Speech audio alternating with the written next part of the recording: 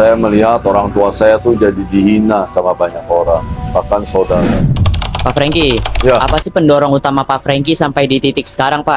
Yang pertama adalah waktu dulu orang tua saya punya usaha. Orang tua saya bisa cukupin kita semua anak-anaknya dan bikin kita semua anak-anaknya bahagia. Namun pada saat orang tua saya bangkrut, saya melihat orang tua saya tuh jadi dihina sama banyak orang, bahkan saudara. Sehingga itu yang mendorong saya untuk harus bisa buat keluarga kita naik lagi harkat dan derajatnya, yaitu udah pasti melalui dengan uang, tapi uang halal dan hasil usaha. Hanya usahalah yang bisa membuat uang itu cepat. Yang kedua, setelah saya punya keluarga, saya tuh sayang sama istri saya dan anak-anak saya. Saya nggak mau mereka ikut merasakan kesusahan apa yang pernah saya alami. Sehingga saya harus keras terhadap diri saya sebelum dunia ini jadi keras terhadap saya dan istri dan anak-anak saya. Maka itulah yang menjadi pendorong saya untuk terus sampai di titik sekarang. Saya mau istri dan anak-anak saya hidup kecukupan dan bahagia. Dan saya punya uang